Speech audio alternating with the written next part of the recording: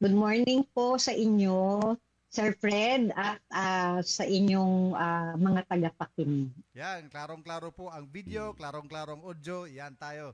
Okay na tayo dyan. Ma'am, Sige po. opo, para lang po muna sa kaalaman dito sa ating platform sa Radyo Amantis GTV, ang backgrounder lang po doon sa sinusulong natin na RON, yung Rights of Nature, bago tayo mag-proceed sa ibang mga katanungan tungkol dyan. Sige po.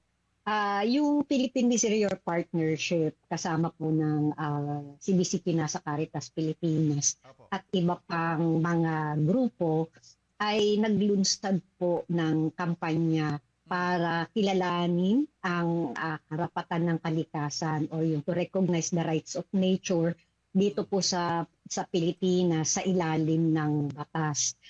Pero po kasi kapag sinulong natin at nagkaroon tayo ng batas na nire-recognize yung karapatan ng kalikasan, marami po tayong babaguhin, lalo na sa pananaw natin tungkol sa sino lang ba ang dapat may karapatan, no?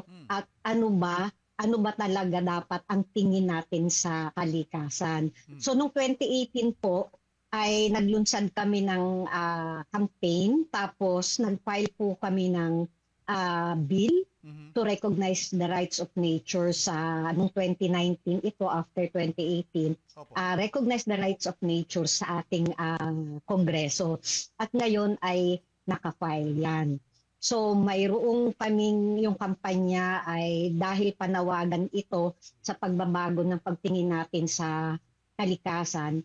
Kasi ngayon ang tingin natin sa kalikasan, object lang sila, property na gagamitin primarily ng tao, at therefore wala silang karapatan, at ang karapatan ay na magpapasya kung ano ang gagawin sa kanila ay unilaterally ay ginagawa lang ng tao para sa kanilang kabutihan. So sabi namin, the way we are viewing nature now, paano natin ginagamit at paano tayo nagbe-behave sa nature, ito yung sumisira ng ating kalikasan. No, kaya kinakailangang baguhin sa pamamagitan ng batas. Kasi pag nagkabatas, ang ating pulisiya sa gobyerno, pati ang behavior natin bilang tao, ay magbabago din. At masigit na magiging respectful at symbiotic ang ating pakikipag-ugnayan sa kalikasan. So iyan po yung buod nung campaign. At yung buong campaign po, bali bukod sa pagbabatas, syempre dahil pagbabago ng kaisipan or paradigm shift yung kailangan. Kasi paano po natin iisipin, kailangan baguhin natin yung pag-iisip na tayo lang ang may karapatan, na tao ang pinaka mahalagang species, na tao ang pinakamahusay na species at may kakayahan na mag-decide para sa kanila, baguhin yung mga sistema para bumuti primarily ang ating buhay. Dapat po kasi ang pagbuti ng buhay kasama ang pagbuti ng buhay ng buong kalikasan. Ang kalikasan po, pag wala na din po tayo. Kaya primarily, yung pong pagkalinga sa kanila ay dapat na pangunahing gawain, yung stewardship na sinasabi din ng ating simbahan. So, ayun po yung gawain. So bukod sa batas, may information education campaign din po tayo. Kumakausap po tayo ng mga eskwelahan at ating mga simbahan para itong ganitong gawain ay isulong at isama sa curriculum, lalo na sa eskwelahan. Kasi alam natin, yung mga kabataan, kailangan maaga pa maintindihan na nila yung ganitong relasyon, no? Hindi yung relasyon na magkakalinga sa ating kalikasan. Hindi yung ang iisipin lang ay paano sila gagamitin at mga bagay lang sila na dapat ariin po. So yun, kumakausap din po tayo ng ating mga government agencies, lalo na ang DENR, At doon sa mga mayroong kaugnayan sa kalikasan, paano ba ito susuportahan sa ating kongreso? Ayan po yung aming ginagawa sa kasalukuyan. Bukod po yung mga social media work and campaign na ginagawa namin ngayon. Katulad nito, napakalaking salamat po na inimbitahan nyo kami dahil magdudulot ito ng masigit na kaalaman sa maraming dahil marami po kayong mga nanonood at nakikinig sa inyong programa. Yes ma'am, ikinalulugod po namin maging bahagi ng information education campaign dito sa Rights of Nature na sinusulong natin. Bukas po ang aming istasyon sa Radyo Abantes GTV. Kasama na rin yung kooperatiba ng media rito, yung DRR Broadcasters Advocacy Cooperative na ang aking kasama dito, si paring Ted Tomas, isa rin yan sa mga opisyal ng DRR Broadcasters at may puso rin ito sa sa pangangalaga ng kalikasan. Membro ito ng anti-illegal, yung partner? Laging Task Force. Laging Task Force, saan ito? Dito po sa Region 8 po, ma'am. Sa Region 8. Ng DNR. Okay, Region 8. Kasi nagdodokumentaryo tayo kung saan party dito sa Region 8 kung saan ba itong gumagawa ng mga illegal na pagpuputol ng mga kahoy. Opo. Napakahalaga po niya, napakahalaga. Yes po. At equally napakahalaga rin yung aspeto ng Information Education Campaign dito sa Rights of Nature na sinusulong para mas maintindihan ng ating mga tao, mga kababayan, lalo-lalo na yung mga kabataan ngayon na talaga mga active sa social media. Partner, may katanungan ka kay Ma'am Yuli? Yes, partner. Ang unang katanungan natin kay Ma'am Yuli, kung marami kasi nagsasabi na kung paano maging part ng right of nature nito ang ating mga mamamayan dito, lalo na dito sa part ng Tacloban o Region 8. Ayun. Meron po kaming email at website.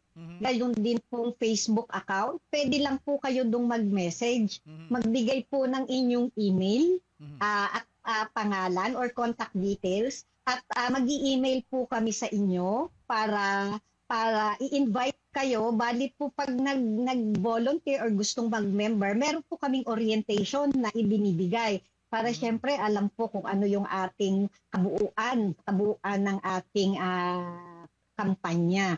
So pag po sumulat kayo, sasagot kami, manghihingi po kami ng panahon na pwede kayong bigyan ng orientation at online naman po, kaya madali lang. And then pwede pong pag-usapan ano yung mga kaya nyo pong gawin. So sa social media, sa inyong bahay, sa community, para po ma-promote yung ating kampanya. Sabi po kasi namin, kung pagbabago ng kaisipan, kailangan pati ang ating mga pamilya, no, at ang ating komunidad ay maabot po natin. At tayo sa personal, yung tawag po namin, campaign po namin sa education work, yung values formation, yung pamumuhay ng sapat or yung sapat lifestyle na itinuturo din po natin sa ating mga kasama sa mga komunidad. At dito po sa ganitong pag-uusap, yung sapat lifestyle, tinitingnan paano po ba tayo gumagamit ng energy, paano po ba tayo nagpo-produce ng waste, no? Kasi ito po yung mga gawain, yung lifestyle natin ay nagko-contribute din po doon sa pagkasira ng kalikasan without us knowing it. Kasi po yung sistema sa atin, pinalaki tayo, tinuruan tayo ng ganoon, no? Yung waste segregation, miski sa ating mga local government, hindi na pa-practice kahit may batas na. No? So paano ito ituturo sa mga kabahayan? Kailangan mga LGUs ang magtuturo sa ating mga mamamayan kung paano gawin, no, itong halimbawa itong waste segregation. Malaki po kasi ang contribution ng mga waste, no, ng ating basura sa pag-emit po ng greenhouse gases na siyang nagdudulot po ng pag-init ng ating mundo, no? Yung tinatawag na global warming. Although sinasabi po namin na ang pinakamalaking may contribution dito actually ay yung mga malalaking bansa, yung mga malalaking korporasyon na merong mga mga malalaking empresa or factory ang may malaking contribution, or even yung mga malalaking agricultural farms natin, no? Iyan ang may mga contribution, pero ang atin pong pagkalinga sa kalikasan dapat lahat tulong-tulong. So titingnan din po natin yung ating lifestyle at gawi sa ating bahay. So yan po, pag po kayo ay pag-usap at gustong mag-membro at mag-volunteer, ito din po ang pinututi, parang sinasabi namin na isang pwedeng gawin agad, no? Bukod pa sa pagkausap sa gobyerno o sa mga barangay natin, ang una ay yung ating mga pamilya at yung ating sarili. May reflection po tayo, paano po tayo nagko-contribute o hindi doon sa pagkasira ng kalikasan. Yes. Okay, maganda po. Doon po dito po sa amin sa Region 8, sa Leyte, Samar at in the whole Region 8 po dito, especially Leyte and Samar. Meron na po ba tayo ditong mga ginawang training for trainers sa pinag-usapan nating Rights of Nature? Meron pong kami kasing tinutulungan na lugar dyan dahil dun sa pagmimina, epekto ng mina sa Homonhon at sa Manicani Island. So, nandyan po kami at yung ating mga key leaders, ilang key leaders dyan, ay may alam po sila dito sa ganitong kampanya natin. Pero ang TMPI po, mayroon po kaming tinatawag namin na regional clusters dyan. At may nakaschedule po sila na nagbibigay po kasi kami ng training for educators and speakers sa aming mga members para po kung kailangan magpaliwanag sa mga komunidad dyan sa region ninyo, madali pong makahanap ng at hindi kami kailangang pumunta kasi ang layo-layo po namin.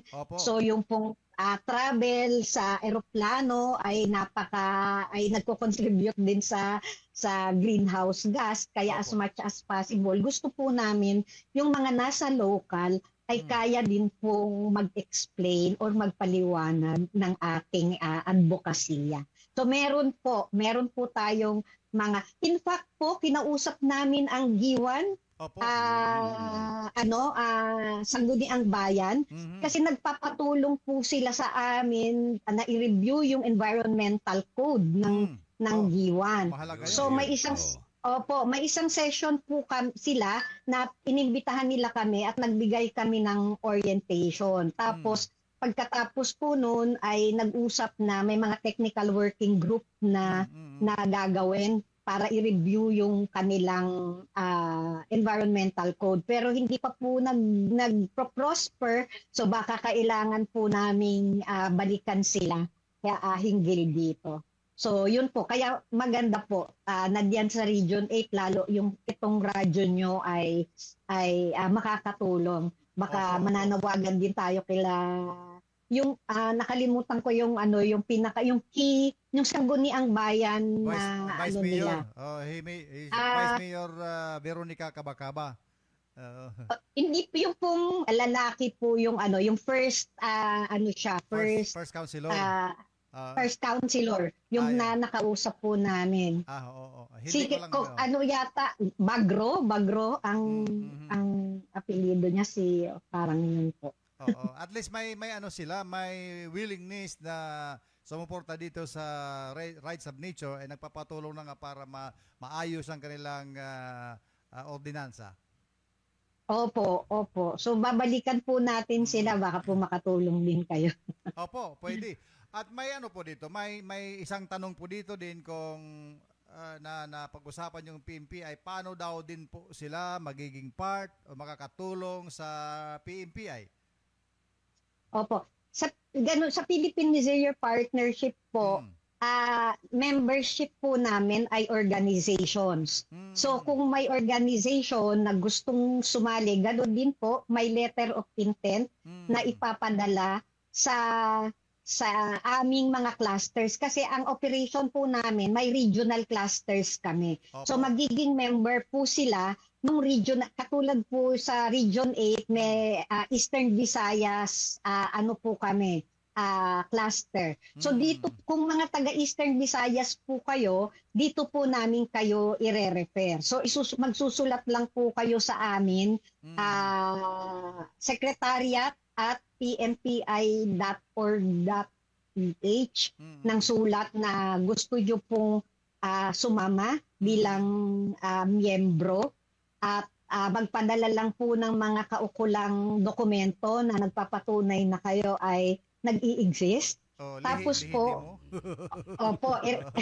tapos ire-refer po yan doon sa Eastern Visayas Cluster.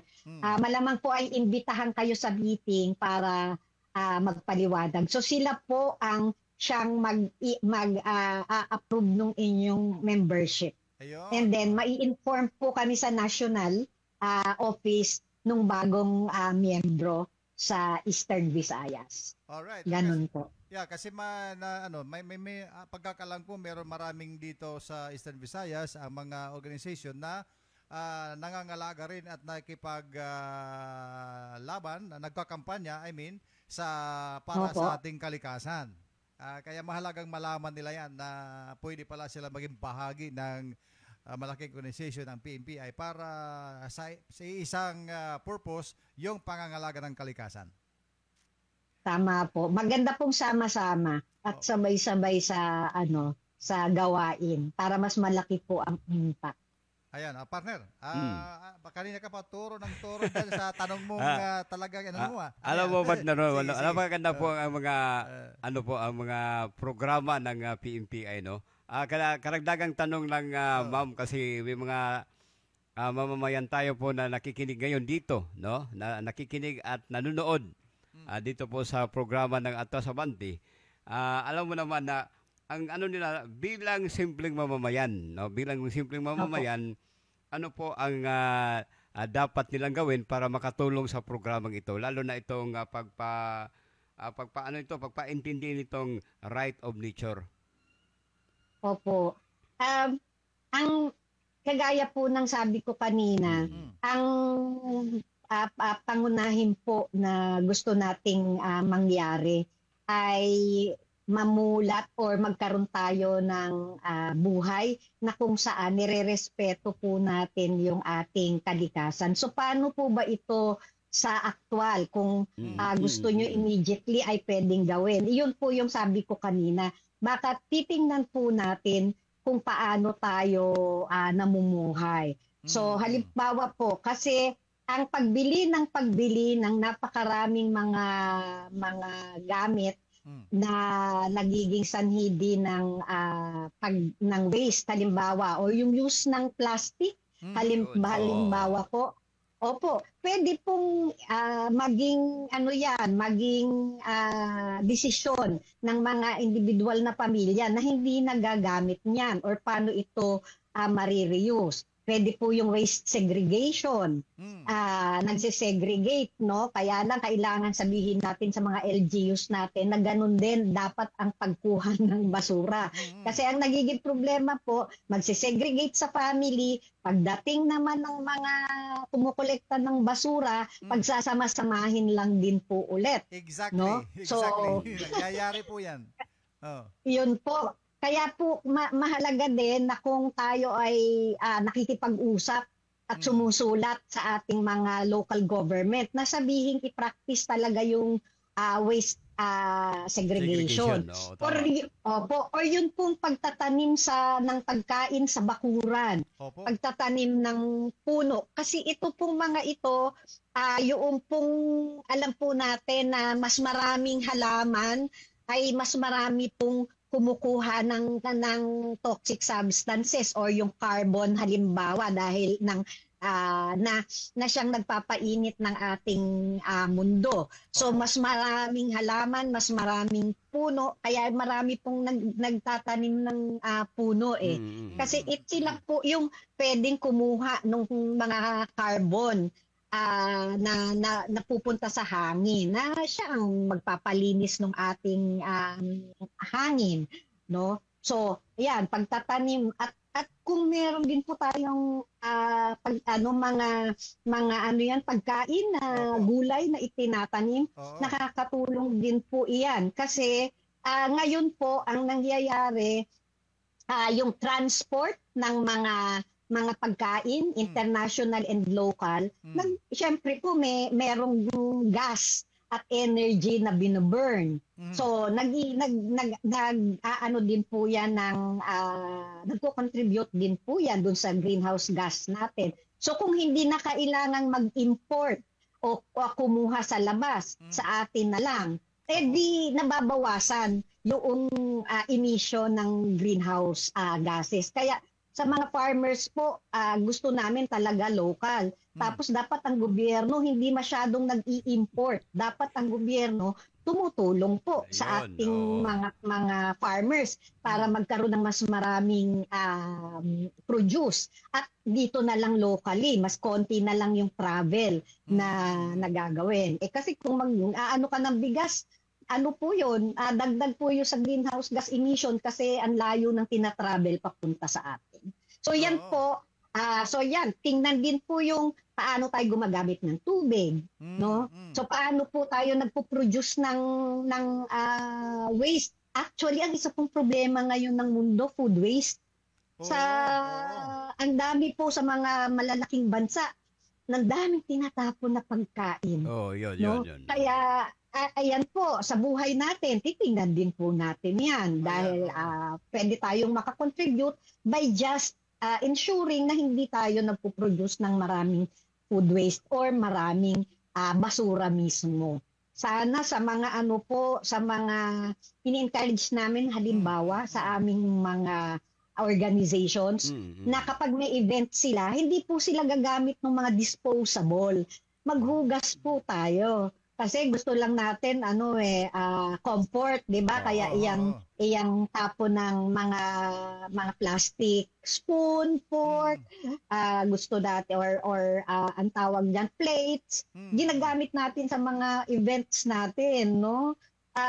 Kami po policy po namin 'yan. Tinanggal na po namin 'yan sa PNPI at lahat ng miyembro namin, lahat ng event, no? Pupunta man kami sa hotel, sasabihin na namin sa kanila na yung mga coffee hindi po pwedeng disposable yung mga ano diyan. Dapat yung tunay na tasa. Yun. Yung ganun po.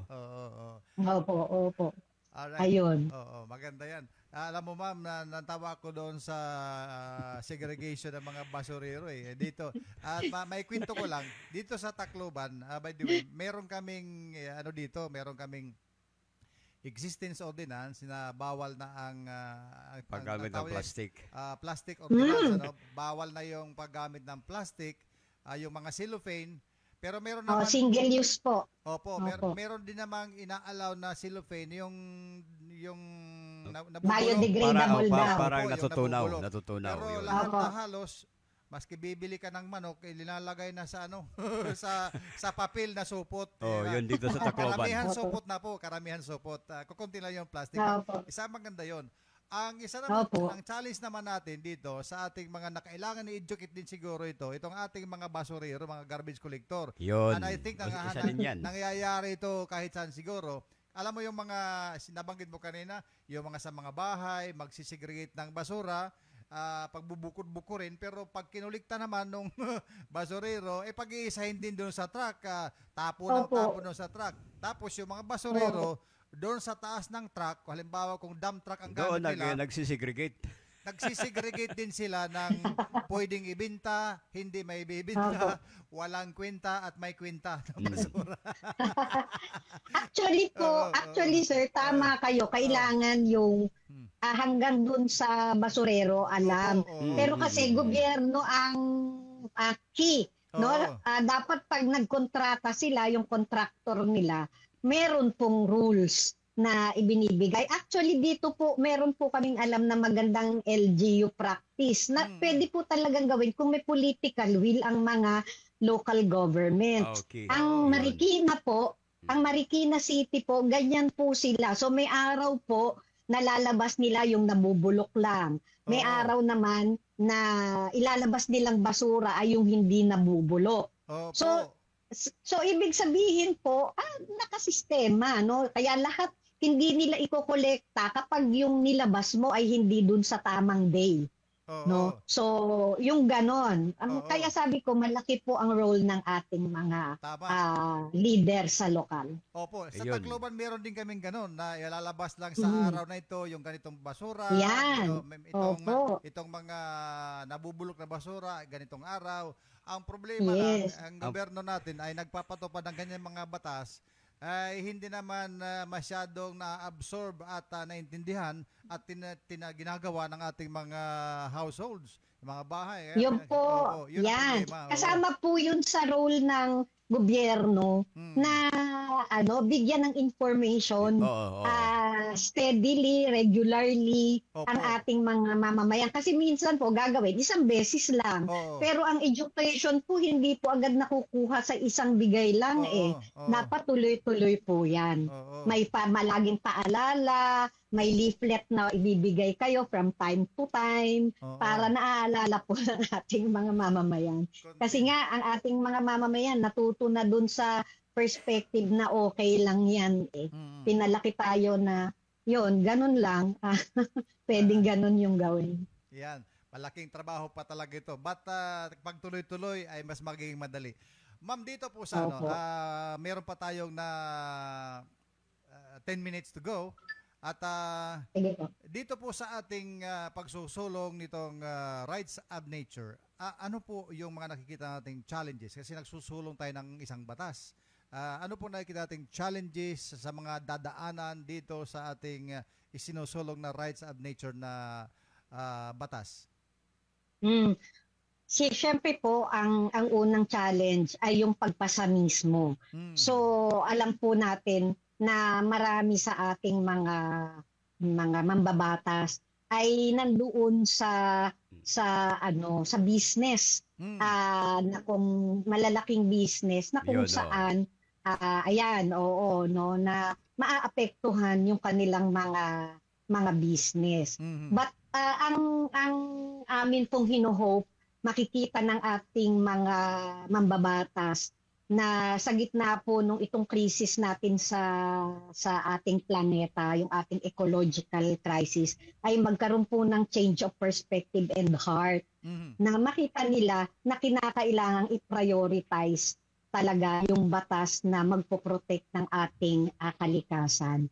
So, kaya ang ginagawa po namin, patuloy kami na nangungumbinse, kumakatok sa kanilang mga opisina, kasama po ng mga miyembro namin sa local.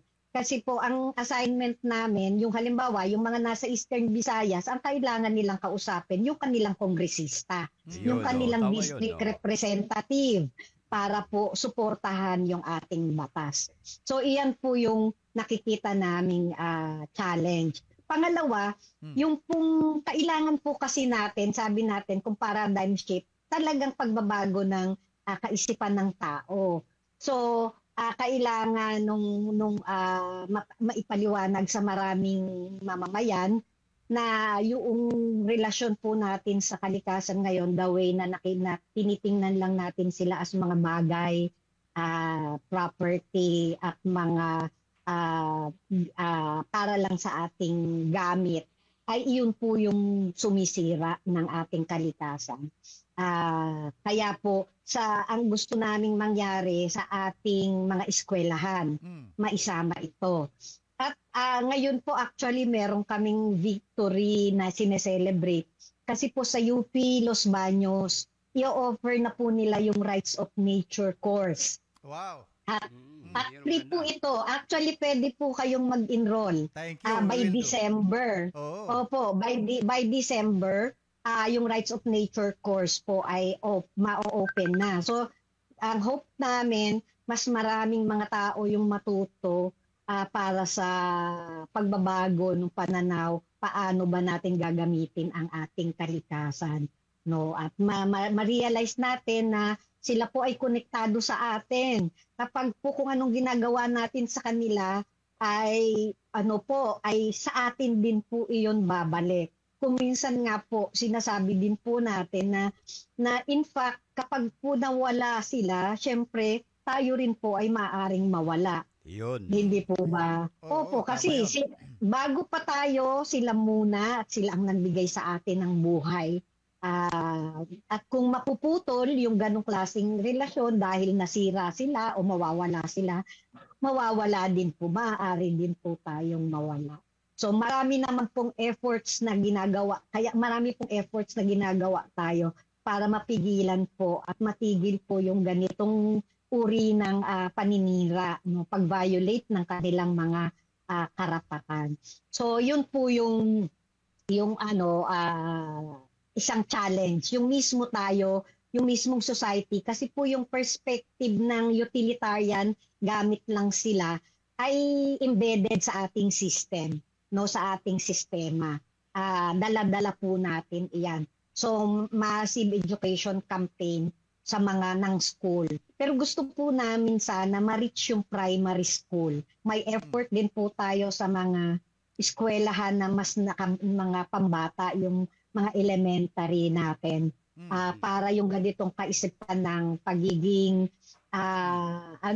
connected sa nature, no, ay maging parte ng kanilang formation at pagtuturo sa ating mga kabataan. So yan po ang challenge, yung the perspective itself, yung ating pananaw sa kasalukuyan ay masyadong embedded, yung pagtingin na gamit lang sila at property para sa ating kabutihan solely ng mga tao, kasi tayo yung pinaka-importanting species, no, ganun yung pagtingin natin ngayon. So lahat yan gamit para lang sa atin. So but we should think otherwise po ang aming sinasabi, na kailangan nating i-embrace yung perspective na iisa lang ang ating pinagmulan at tayo ay magkakakonekta or intertwined at interconnected ang buhay po natin. At primarily, sila yung unang dapat kalingain para mas maging mabuti rin po at healthy ang ating buhay. So, yan po yung challenge sa kasalukuyan. Kaya napakahalaga po ng education, information na campaign natin. Kami po dito ay naniniwala na dahil sa pagtutulong-tulong at pagiging seryoso natin at sa mabuting mga patutunguhan na tinutumbok natin ay malalampasan natin yung mga challenges na nabanggit. At we're confident na magtutuloy-tuloy ang rights of nature para sa ating bayang minamahal ang Pilipinas. Ma'am, maraming salamat po at ito po yung unang encounter natin dito, patalakayan sa Radyo Abantes JTV, but we are proud to tell you na itutuloy-tuloy po natin na bukas ang nawala. Dali. Naputol yung linya. Alright, dali ha.